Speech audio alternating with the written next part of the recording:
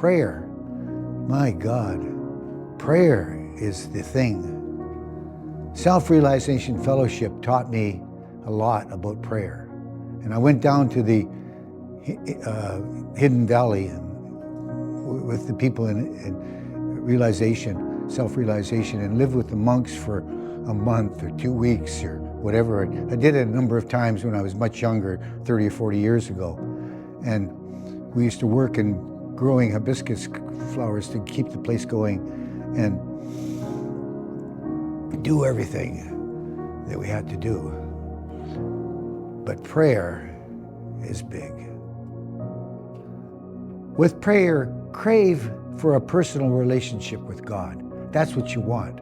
You want to be doing this prayer. It's like doing exercises with dumbbells. You're getting yourself genned up to have a more personal relationship with God. And as you do it, as you repeat things in your mind, you become stronger in here. So it changes you. It changes you mentally and physically and everything. So go for it. Forget you're separate. Just feel like you're not separate. Even if you haven't got that figured out yet. Just forget you're separate. Don't be separate. Devotion is claiming God with your love. I used to think, well, how do you love God? I can't feel him or know him. I don't know, can't see him. It's hard to love something that you can't get your hand on. But devotion is the answer, and this gives me the answer. If you're praying with devotion, you start to get that feeling inside of you and it starts to grow. You can't help it. God made us in his own likeness. He didn't make us because he's an anthropomorphic figure and he wanted us to look this way. His likeness is consciousness. And consciousness is something so precious in this whole creation that nobody's got it except human beings that we know. Not the kind of consciousness that we have. It's a gift, a very big gift from God. God has consciousness. That's what he is. He's the consciousness that's as big as that. And he's given it to all of us, and we have consciousness. And we got to treat that with a precious, loving care.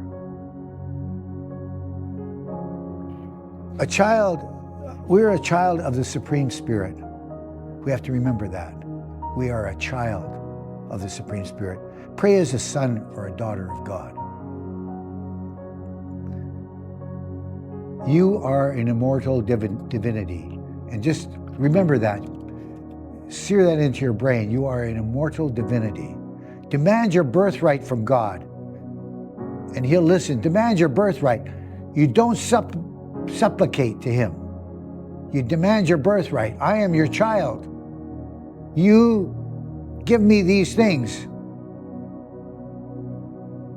A child demand is sincere and is unafraid, and we should do the same. So ask like a child with loving expectation that whatever you ask for, you're going to get. And I'll tell you more about that. There's more secrets to that.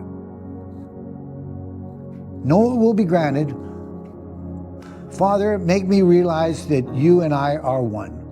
Say that to yourself over and over. Offer God your love. Offer him your love, your devotion, and then you'll have his love. Pray with your heart, with ever-increasing longing. And laugh.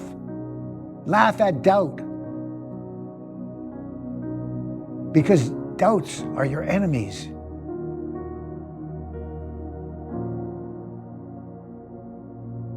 Be conscious of God in every act in your life. You know what I just said? Sweeping the floor. Whatever you're doing, cleaning the toilet, think of God. When I went to the ashram, they said, well, everybody gets a job here. So what do you want to do? And I said, well, I hurt my shoulder, so I can't do a lot of heavy stuff. I said, what have you got? And they, okay, I'll take cleaning out the toilets. So that's what I did every day. I went in and cleaned out all the toilets. Kept me humble, and at the same time, so double way to learn. God will approach us in interesting ways, as a gentle dawn of peace that will settle on you. You will feel a force blessing you and guiding you, maybe that way. Maybe you'll just feel intuition. Whatever it is, the answer will come. It's not going to come with a big bounding voice in the stratosphere. But here is the secret. When you ask for something from God, it should not be a prayer of supplication. In other words, don't get down on your knees and beg. You don't have to do that. It should be a prayer of gratitude. Thank God in advance for that which you choose to experience in your reality. In other words, what you ask Him for, thank Him in advance for giving it to you, and assume you're getting it. And just say, thank you for giving it to me, at the same time as you're saying, please give it to me. That's the trick. That's the trick. You remember when we did the secrets? They said, pretend that you already own it, that you already have it.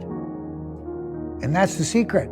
If you do that, your brain somehow, that's how it works. It gets it into your beingness and you start to radiate that energy, and that's who you become.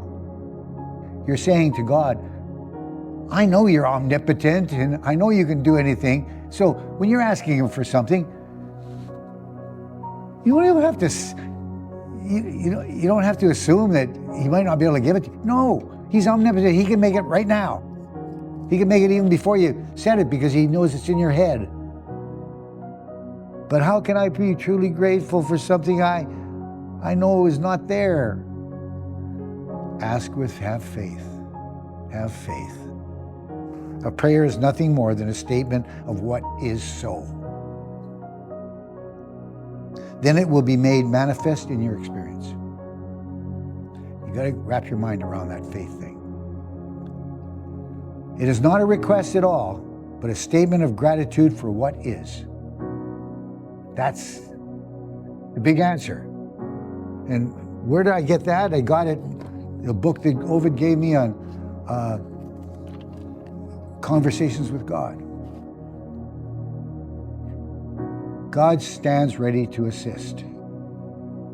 So this talk is put together of a whole lot of different elements, and I sort of like research it. It's sort of like that. What was Craig talking about? Mental whispers. Yes, mental whispers are big. Yogananda told me about mental whispers. And here's what he said. No matter what you may be doing, you're always free to whisper mentally your love to God. Let the whispered desire revolve continuously in your mind, over and over again. He said, keep those whispers in your head.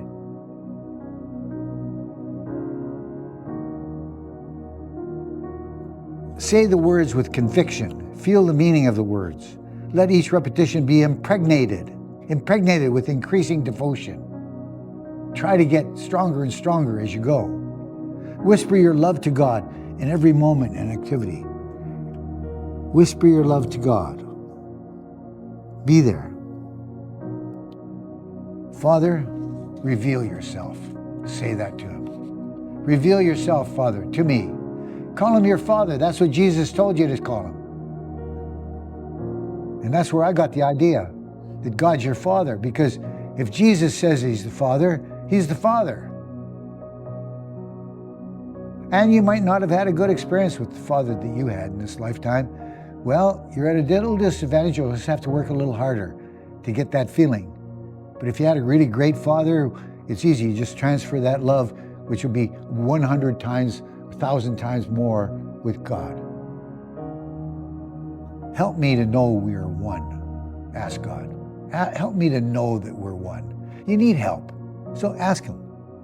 It may manifest as intuition. It may feel like a blessing just coming to you. Whatever it is, it's good. I put down here the next one that I was going to talk about was the unity prayer of protection, but Anne corrected me. She says, it's not the unity prayer of protection, John, it's the prayer of protection, and unity is using it. Okay, what does it talk about? It talks about light, love, power, and presence. Look to this day, for it is life. Look to this day, for it is life. Every day you wake up, look to this day. Don't waste a second of it. Because this is this wonderful opportunity we have to learn to love God. That's all it's about. The light of God surrounds me. Feel that light. The love of God enfolds me. Yeah, He loves you, and feel like you're being enfolded, like tucked up in bed, you know, with your pillows and stuff. The power of God protects me. Yeah, I can think of all the times in my life when I've been protected, when I came that close to being wiped out, and He pulled me out. I mean, I can mention them to you. We haven't got time, but it's just wonderful. It's just somebody was there. Somebody, okay, I'll tell you one. I used to work on the steamship lines when I was a 15-year-old. And they have these big open areas on the top so they can put things down underneath, and they got a big rim on the edge. And I was trying to get around somebody, and I got around that ridge, and I just teetering, ready to fall in. And something pulled me back. That's just one example, but there's many others like that where I was saved. Because that was certain death. Wherever I am, God is. Now, St. Francis' prayer is special. I love St. Francis' prayer. I say it every night before I go to bed. Why? Because he says something in there that we've really got to get into our feelings in our life. I'll go over it with you. Make me an instrument of your peace. How do you do that?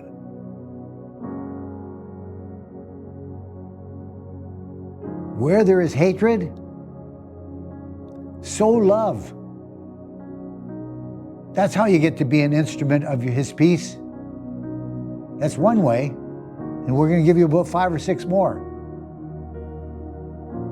Where there's injury, pardon. Always be ready to forgive immediately. Don't wait to forgive somebody for something. Forgive them immediately. Some people say to me, "Oh, gee, I'm sorry, John." I say, I forgave you before you even did it. If you do that, that's the way to do it. You never carry that around for a minute. Not for a minute. Forgive everything to everybody all the time. And then ask for forgiveness for yourself. Where there's despair, of course, give them hope. Go and be with people. And I took a course in hospice care, and it's all about giving people hope because they're dying. And you just have to be with them in a certain way. And I'm cleaning out my library now because we're moving, and I took this book out, a loose leaf book, and it's a whole binder on courses that I took some 20, 30 years ago on hospice care. And yeah, it was really interesting. I got involved in that. I didn't have 2 hours to waste, but I did anyway. I was reading it about how that works, and you have to approach people in a special way when they're dying. And that kind of knowledge is good. Do any of us a lot of good to go and take a course on being a helper with hospice care? It's a good thing to do. If I get more time in my life, I'll spend some more time doing that. Injury, doubt, despair, darkness. Where there's darkness, well, we just got to create some light to let people see a way through. Where there is sadness, joy. Always give people joy. Fill their hearts with joy when you can. Just you be that light that just gives people joy. It's just fun. I'm talking to the choir here, but also to a big audience somewhere else. You know, I mean, most of you, if you're around you for a while, you feel joy. You can't help it. Now, the second part of the prayer is the important part. Grant me, Divine Master, grant that I may not so much seek to be consoled, but to console. Yeah, we all want to be consoled. Yeah, we want people to come and tell us, oh, it's okay, we'll take care of you, whatever. No, you do the consoling. Never mind about you. Do the consoling. Do it that way. It all comes back to you 10 times over anyway. And the same thing with understanding. Try to understand people rather than ask them to understand you. You want everybody to understand you. Yeah, you're a poor little darling. And give love, not ask for love. All the movies, all the little books, everything in our society here in the West is all about me, and give me love. And if he's not giving me enough love, so I don't know if I can marry him. You know, just give the love, and then you get it back. Never mind wanting it. It'll come to you. For it is in giving that we receive. That says it all. And it is in pardoning that we are pardoned. It says it all. He can't lose in this game. And here's the kicker.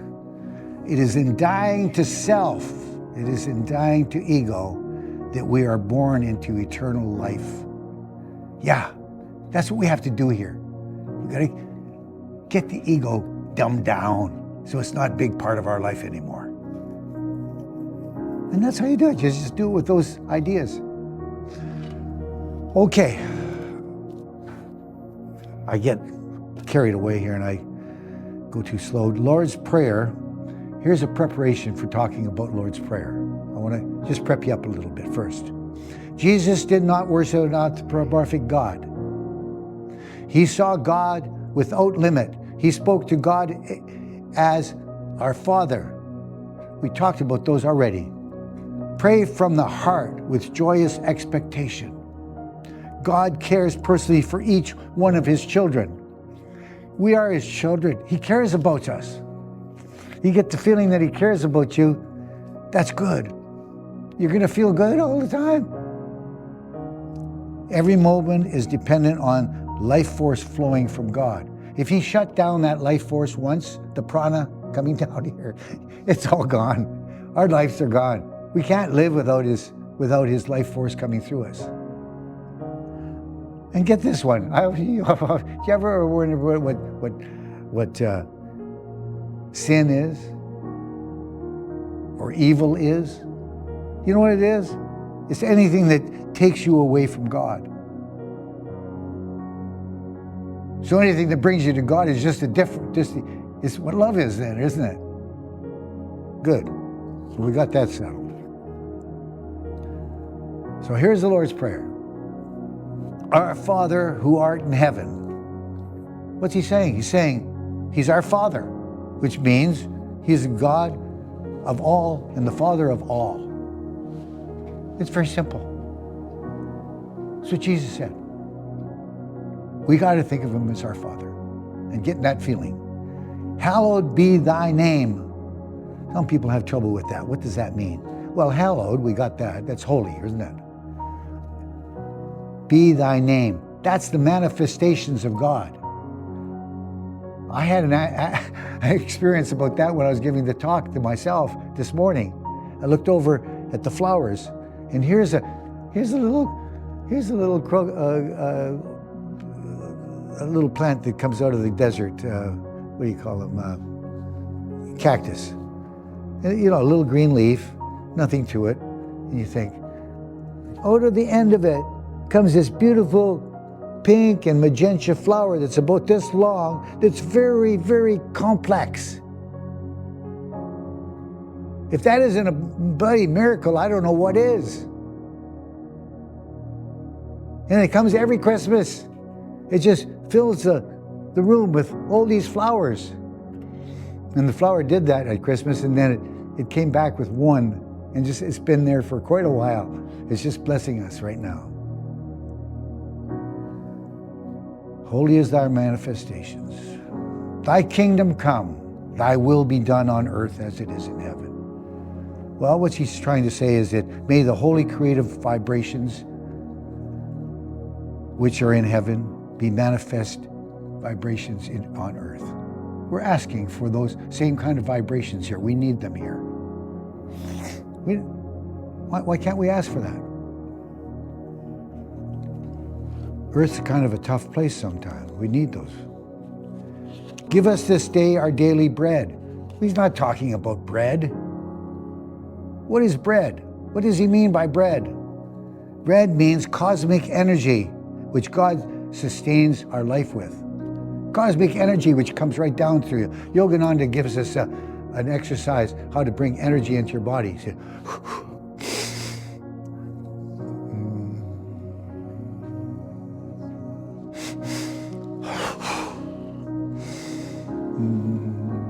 you can bring the energy right down through you. You can encourage it to move faster into you.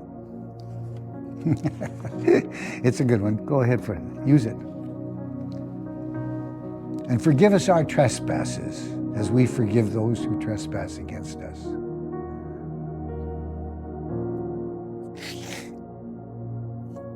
That's what I talked about just a little bit earlier, that he's put in here forgiveness. It's a big deal. He put it in the Lord's Prayer.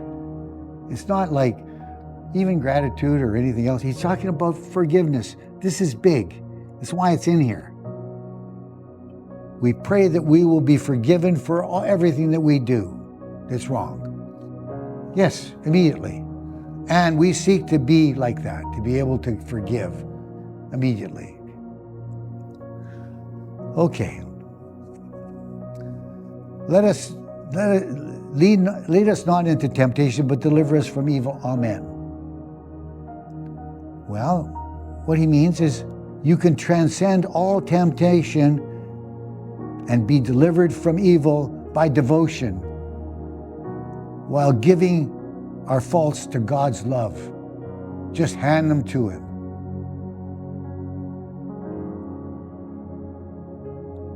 For thine is the kingdom, the power, and the glory. Kingdom is cosmic consciousness, and power is divine will, and glory is God's love. Now we get to affirmations.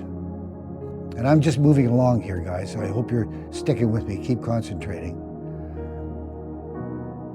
Affirmations just might be more important than prayer. I never thought I'd hear myself say that, but I am saying it. That's what Yogananda says. They may be more important than prayer. Affirmations are statements of all powerful truth. So say the words with force and conviction. Feel the meaning deeply. Each repetition should be impregnated with ever-increasing devotion. And we're going to go over what affirmations are, and I'm going to give you some good examples that I love. And then you can put your own together and use them every day like I do with prayers before you go to bed or in the middle of the night or anywhere you are. And if you're singing spiritualized songs, after you sing that over and over again, you spiritualize it. Any song. That's what chanting is all about. When you've done a song so many times, it becomes a chant. And the chant has a special meaning and a special feeling, and it's spiritualized. If you're going to do affirmations, what are the foremost affirmations that you should have before we even get started with anything else? Well, your oneness with God, that's big. So make sure that's in there. And then this one, wisdom, bliss, happiness, and success for all mankind. Do what the Tibetans do. Think of wisdom, bliss, health, happiness, and success for all mankind. Send all that energy out to the rest of the world, and it'll come back to you. You know, God created us packaged in his unconditional love. You know, we were like a little package when we come out, and we're precious, like unconditional love from God. Thank him. and love him for all his gifts.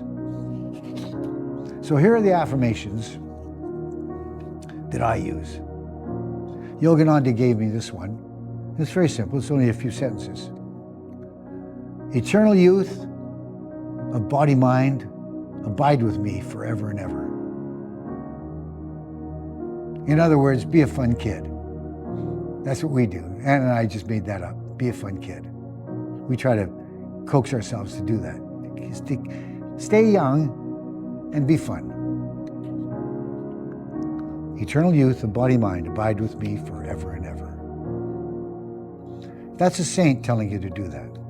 That's Yogananda. Healing. He also tells you this. This is 2 lines, only 2 lines. It's about healing. This has helped me enormously with my heart condition, for example. I will with my will, which flows from God's will, period. I will with that will, which is powerful because it flows from God's will, and I believe that. To be healthy, and I stop right there. There's more to it. I stop right there. To be healthy, and I think of my heart is healed. My chest is clearing up. My big toe, which has got a little arthritis in it, is settling down. And they are. All of them are doing just fine. My heart is getting better. And when I go to the doctor, he does an echocardiogram. He did one a couple of months ago and said, well, John, you've got congestive heart failure. You're going to have to go on these medications. And, you know, it's a tough thing. Your heart's giving out. Yeah? Well, we've got some powers going here. And I come back in a couple of months. I say, could you do another one? I just want to see how I'm doing. He said, I can't believe it. He said, you're improving. Yeah. The echocardiogram doesn't lie. I'm doing better. There's more of an ejection fraction. Each time it pumps, it shoots out a little more. And that's the strength of the heart. I take a lot of nutrients, but they're all God-inspired. And they're doing it for me too. There's methods of doing it. So here it goes. I will with my will, which flows from God's will. Right, we got that.